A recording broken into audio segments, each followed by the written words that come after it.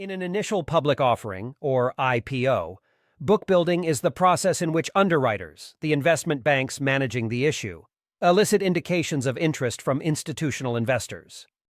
Underwriters then use the information gathered to build the book and establish a demand curve with the ultimate objective of setting an offer price. Book building is by far the most popular IPO mechanism in the U.S. market, leaving little room for alternative mechanisms such as auctions, fixed price offerings, and other hybrid methods. In this video, we offer a detailed analysis of how the book building process works for IPO firms. Once a firm decides to go public, it needs to hire a team of investment banks to act as lead managers. If the firm is a well-known company, investment banks normally compete with each other to win the mandate in a process known as the beauty contest. Then, the investment banks that are appointed as lead managers form an underwriting syndicate by inviting other investment banks as either co-managers or syndicate members. Typically, one of the lead managers acts as a book runner. For large IPOs, there may be multiple book runners. The role of the book runner is to manage the book building process.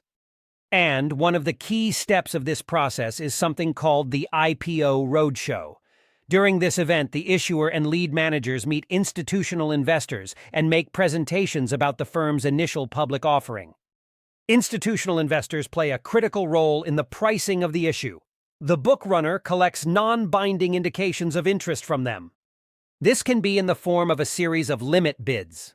For example, an institutional investor might suggest that they are willing to purchase 1 million shares at a price of $8 and 2 million shares at $7.50. Or they might say that they would like to purchase, say, 500,000 shares at the offer price. This would be called a strike bid.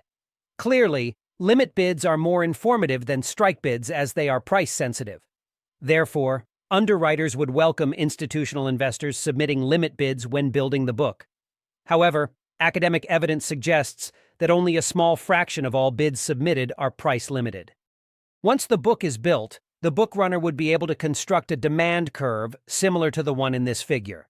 Note that the supply of shares is fixed as it is equal to the number of shares the firm is selling in its IPO. The demand is determined by the non-binding bids of institutional investors. Typically, underwriters wouldn't set the offer price equal to the market clearing price, which is the point where demand equals supply. Instead, they would set a lower price where the number of shares demanded by institutional investors exceeds the number of shares the firm is selling.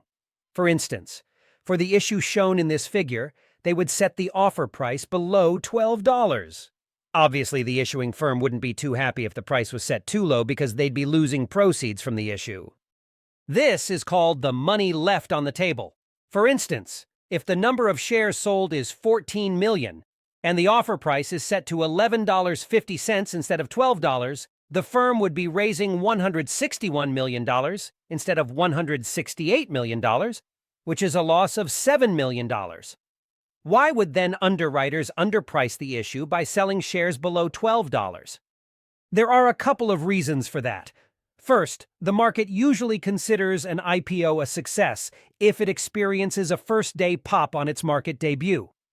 This occurs when the shares close above the offer price on the first day of trading. Of course, if the price is set below the market clearing level, this is expected to happen. Second, underwriters can use this underpricing as a tool for incentivizing institutional investors to reveal any positive information they might possess about the issue, specifically as underwriters have discretion over share allocations, and if institutional investors believe issues are underpriced on average. They can reward institutional investors who submit informative bids by allocating them a large fraction of the shares on offer.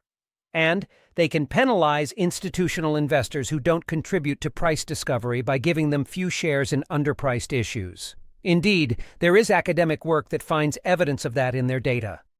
But some studies observe that underwriters tend to allocate more shares to institutional investors who are expected to be long-term investors in the issuing firm than to those who would flip the shares soon after the IPO for a quick profit. In summary, book building is the dominant IPO mechanism in the U.S. and many other markets as well. The process is designed to support price discovery through aggregating information from institutional investors. And underwriters can use their discretion over share allocations to favor institutional investors who truthfully reveal positive information about the issue or those who are expected to be long-term shareholders of the IPO firm.